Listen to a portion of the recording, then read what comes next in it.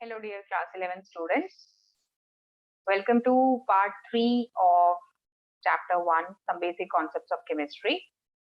पिछले लेक्चर में हमने मैटर के बारे में समझा था, उसके डिविजन्स के बारे में समझा था. इस वाले लेक्चर में हम लोग जानेंगे properties of matter and there measurement और इससे जुड़े कुछ और इम्पोर्टेंट कॉन्सेप्ट. तो फिजिकल प्रॉपर्टीज क्या होती है और केमिकल प्रॉपर्टीज क्या होती है. दो तरह की प्रॉपर्टीज होती है मैटर की, आप सबको ऑलरेडी पता होगा. तो physical properties such as colour, odour, melting point, boiling point, density etcetera.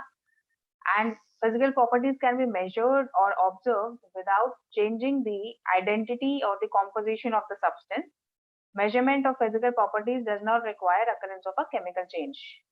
इसका मतलब क्या है? उसका colour, odour, melting point, boiling point, density etcetera, जो सिंपल जो चीजें होती है, उसके कैसा दिख रहा है, कैसा स्मेल कर रहा है, कैसा बॉइलिंग पॉइंट है, मेल्टिंग पॉइंट कितना है उसका, ठीक है. ये सब चीजें, उसमें कोई केमिकल चेंज आप नहीं करेंगे. जब सिर्फ उसकी फिजिकल प्रॉपर्टीज को जब हम समझ रहे हैं तो उसे हम कहते हैं physical properties. They can be measured and observe without changing the identity और the composition of the substance. जब तक कि आप कॉम्पोजिशन उसकी चेंज नहीं कर रहे हैं, जो उसका प्रॉपर्टी, जो उसका नेचर, जो उसका कॉम्पोजिशन है, जो उसका जिस भी रेशियो में वो है, जिस भी तरीके से वो उसमें एटम्स अरेंज्ड हैं, वो आप चेंज नहीं कर रहे हैं और उसको एज इट इज उसको ऑब्जर्व कर रहे हैं उसकी चीजों को, तो हम उसे कहते हैं फिजिकल प्रॉपर्टीज ऑब्जर्व कर रहे हैं.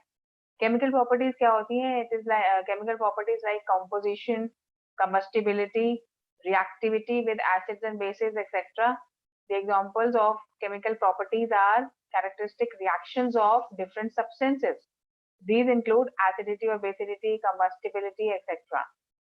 So basically, the measurement or observation of chemical properties requires a chemical change to occur. Chemical change होना चाहिए जब आप chemical properties को measure कर पाएंगे. उसकी acidity, basicity, composition क्या है, कितना ratio में है, क्या है, ठीक है. तो वो सब जो चीजें हैं वो उसका केमिकल प्रॉपर्टीज हैं, जो उसका केमिकल नेचर को बताती है. कंबस्टिबिलिटी, किस तरह से वो कंबस्ट हो रहा है, मतलब जब एक केमिकल चेंज होता है एक सब्सटेंस में, तो उसकी केमिकल प्रॉपर्टीज एग्जिबिट होती हैं.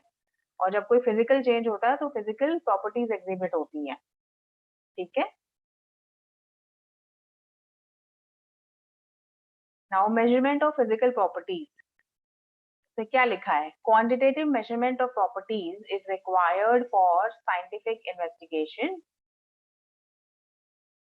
Many properties of matter, such as length, area, volume, etc., are quantitative in nature. Any quantitative observation or measurement is represented by a number followed by units in which it is measured. Example, 10 meter, right?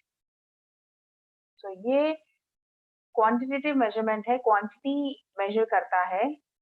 हमें कोई भी scientific investigation करनी है तो हमें quantity तो substance की जाननी पड़ेगी, राइट? तो that is required. And many properties of matter like length, area, volume जो हो गया, ये क्वांटिटेटिव होते हैं नेचर में. लेंथ हो गया L, area is L square, volume is L cube, ठीक है. तो ये क्वांटिटी बताते हैं, क्या क्वांटिटी है. तो क्वांटिटी के लिए यही कह रहा है कि वो नंबर होता है और फॉलोड बाय द यूनिट होता है. नाउ अर्लियर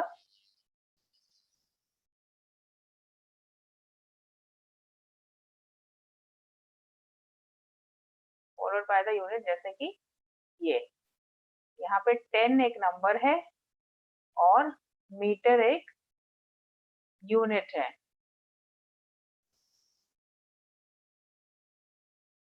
ओके, इससे नहीं हो रहा, एक second.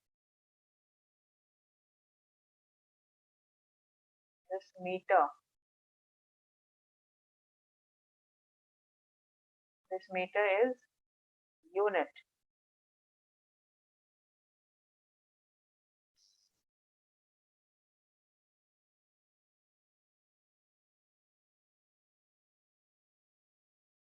Right? So earlier two different measure systems of measurement, that is the English system and the metric system were being used in different parts of the world, but metric system which originated in France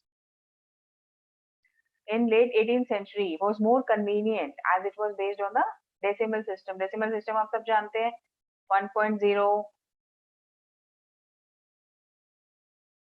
it is like 1.04, 2.04, 3.87, 6.0067, ये सारे क्या है decimal number के examples हैं. So later need of a common standard system was felt by the scientific community. एक common standard system चाहिए था. Such a system was established in 1960 and is discussed in detail below. So English system जो है ज़्यादा काम का नहीं. The metric system which originated in France in the late 18th century was more convenient as it was based on decimal system.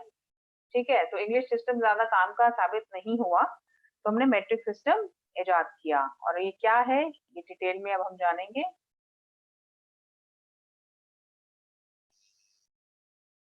The International System of Units, that is SI.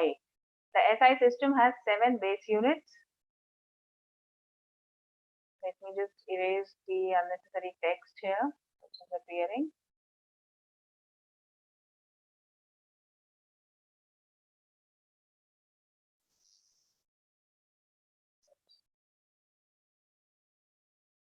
So the SI system has 7 base units, right? SI system की खासियत क्या है? इसमें 7 base units हैं. These units pertain to the 7 fundamental scientific quantities. जो basic fundamental quantities हैं उसको base मान के ये जो सिस्टम है वो डिजाइन हुआ है, international system of units. The other physical quantities like speed, volume, density etcetera can be derived from these qualities. मतलब जो बेसिक जो फंडामेंटल है, अब एरिया का, वॉल्यूम का क्या बेसिक फंडामेंटल है? Length, right. तो स्पीड का क्या फंडामेंटल यूनिट है? इट्स स्पीड इज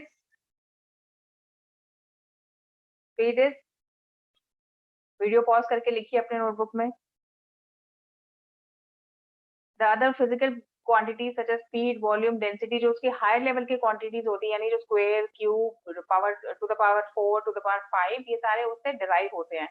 तो base physical quantities and their units ये कैसे हैं? बेस फिजिकल क्वांटिटी हो गया length, mass, time, electric current, thermodynamic temperature, amount of substance and luminous density. इन सबके symbol of quantity, symbol for quantity लिखे हुए हैं आगे. एल का लेंथ का एल, मास का एम, टाइम का टी, ल्यूमिनस इंटेंसिटी का L V, small L small V दोनों साथ में आते हैं. Now name of SI unit, length का मीटर, मास का किलोग्राम, टाइम का second, electric current ampere, thermodynamic temperature kelvin, amount of substance mole, ये हम आगे पढ़ेंगे इसी चैप्टर में, इसका लास्ट कॉन्सेप्ट है. Luminous intensity LV is candela. इनका अलग से सिंबल फॉर एसआई यूनिट. ये नेम ऑफ एसआई यूनिट है और ये सिंबल फॉर क्वांटिटी है, राइट. जो बेसिक फिजिकल क्वांटिटी है आपकी, जो लेंथ है उसको आप एल लिखोगे, और जब आप मीटर लिखोगे, जो यूनिट लिखोगे, ये एसआई यूनिट है. ठीक है, ये क्वांटिटी है.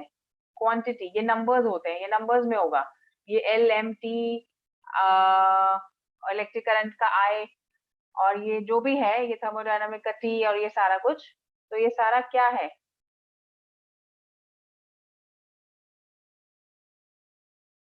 ये सिंबल फॉर क्वांटिटी है और ये नेम ऑफ एसआई यूनिट है. जो यूनिट है, जो मीटर का एम, किलोग्राम का केजी, केल्विन का के, मोल का एमओएल, कैंडेला का सीडी. तो ये सिंबल फॉर एसआई यूनिट है. ये टेबल को आपको ध्यान से लर्न करना होगा, टेबल इंपॉर्टेंट है.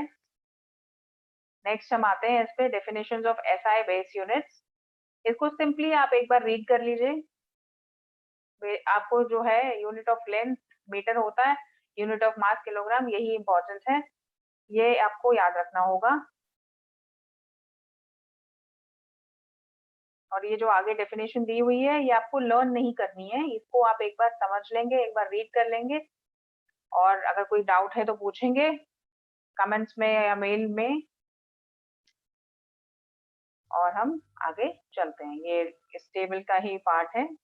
ये सारे नोट्स बेसिकली आपके एनसीईआरटी बुक से लिए गए हैं। सारा कुछ इंक्लूड यहाँ इसलिए किया गया है सो दैट आप ये वीडियोस देख लेंगे तो आपका एनसीईआरटी का सिलेबस कुछ भी छूटेगा नहीं, सब कुछ कंप्लीट हो जाएगा, राइट।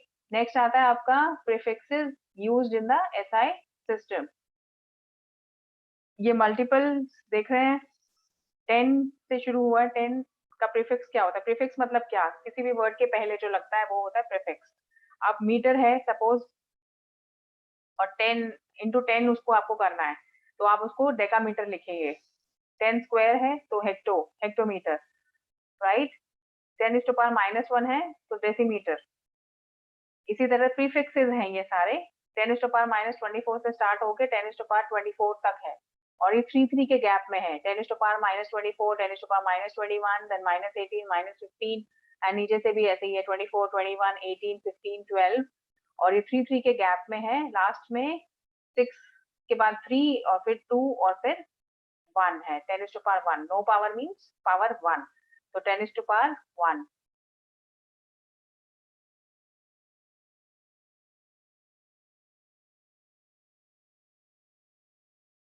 ये है 10 इज टू पावर 1, ठीक है। This is what it is. और सिंबल क्या है इसका? सिंबल भी साथ में दे रखा है आपको। 10 इज टू पावर 24 बहुत ज्यादा नहीं है, क्योंकि आप देख रहे हैं अब इसमें क्या है, Y Z A, Y Z E, बहुत ज्यादा नहीं है। तो अगर आप इसको याद कर पाए, एक साथ याद करने की बिल्कुल जरूरत नहीं है, एक एक करके भी याद करेंगे तो आपको आराम से आपके एग्जामिनेशन से पहले ये सारे लर्न हो जाएंगे। और कोई भी यूनिट लिखा होगा, कोई भी सिंबल होगा तो आप इजीली उसको झट से पहचान पाएंगे। इसलिए कोई बड़ी चीज नहीं है, ये इसे लर्न आप कर सकते हैं। नेक्स्ट आते हैं मास एंड वेट पर। मास क्या होता है और वेट क्या होता है? Mass of a substance is the amount of matter present in it. Mass of a substance is constant. Mass of a substance can be determined accurately in the lab by using an analytical balance. ये जो दिया हुआ है यहाँ है, analytical balance पूरा दिया हुआ है। ये आपका, ये आपने अपने लैब में देखा होगा, और ये आप जब अपने लैब में जाएं तो इस चीजों को और गौर से देख सकते हैं। ये पूरा का पूरा डायग्राम यहाँ ये एक्सप्लेन कर रहा है इन चीजों को। तो इसको आप अपनी नोटबुक में नोट करके और अपनी लैब में जाके देखेंगे तो आपको बेहतर तरीके से समझ में आएगा कि क्या चीज क्या है। इसमें मार्किंग बहुत अच्छे से की हुई है। ये पिलर है, ये प्लम है, ये वेट्स रखने के लिए है, ये लेवलिंग स्क्रू है, ये पैन है, ये पॉइंटर है, राइट, ये बैलेंसिंग स्क्रू है। तो ये सारा चीज आप देख सकते हैं। इस डायग्राम को आप रफ ही सही अपनी कॉपी पे बना के और लैब में देख सकते हैं कि ये कैसे काम करता है, कैसे इसके डिविजन्स हैं, कैसे इसके मार्कअप्स हैं। The mass of a substance can be determined accurately in the lab by using an analytical balance. आप often अपने जब केमिस्ट्री लैब में जाएंगे, अभी आपने जाना शुरू किया होगा तो आपने देखा होगा ये है, और आप काफी इसका यूज करेंगे चीजों को मेजर करने के लिए। इसका बार बार यूज होगा, तो बेहतर है आप इसको जितना अच्छे से समझ लेंगे। The SI unit of mass is kilogram. 1 kilogram is 1000 ग्राम। अब मास जो होता है वो amount of matter present in it है। जैसे ही हम वेट की डेफिनेशन समझेंगे ना, आपको मास ऑटोमेटिकली क्लियर हो जाएगा। वेट क्या होता है? Weight is the force exerted by gravity on an object. Its weight may vary from one place to another due to change in gravity. जैसे कि हम मून पे जाते हैं तो मून पे हमारा बॉडी वेट कुछ और होगा, अर्थ पे हमारा बॉडी वेट कुछ और होगा, मार्स पे कुछ और होगा।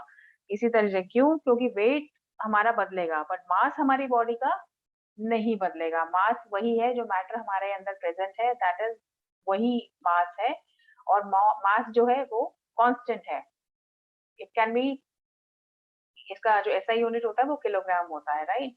और वेट क्या होता है? वेट ग्रेविटी जो फोर्स हम पर एक्सर्ट करती है, जिसकी वजह से हमारा मास ऑब्वियसली हम वेट हमेशा मास से बड़ा होगा, क्योंकि जो वेट है वो ग्रेविटी का फोर्स भी एक्सर्ट जो करती है वो ऐड हो जाता है, राइट? और ये इसी वजह से, क्योंकि ग्रेविटी हर जगह सेम नहीं होती है। जैसे मैंने बोला अर्थ पे, मार्स पे और मून पे, तो हर जगह अलग होती है, तो अलग ही उसको वेट भी पाया जाएगा, राइट? सिंपल कॉन्सेप्ट है। नेक्स्ट वॉल्यूम हम करेंगे नेक्स्ट क्लास में। अब हम वाइंड अप करते हैं इस क्लास को यहीं पर। So see you students in the next class. Please do not forget to like, share and subscribe the channel, and let me know any doubts, your comments, your reactions in the comment section, and you can also mail me regarding your doubts, regarding your queries, right? So ये पढ़ने के बाद, ये video पढ़ने के बाद आपको कोई किसी तरह का कंफ्यूजन या डाउट नहीं होना चाहिए, राइट? उसके लिए आपको क्या करना होगा, कमेंट में मुझे बताना होगा और मेल करना होगा, जिससे कि मुझे ये मालूम पड़े कि आप कहाँ पर आपकी गाड़ी जो है अटक रही है और कहाँ मुझे उसको धक्का देना है, कहाँ मुझे आपको समझाना है। ठीक है? ठीक है, चलिए नेक्स्ट क्लास में मिलते हैं। Please subscribe the channel so that आपको वीडियोस टाइम पे मिलती रहें। Bye bye, take care and best of luck.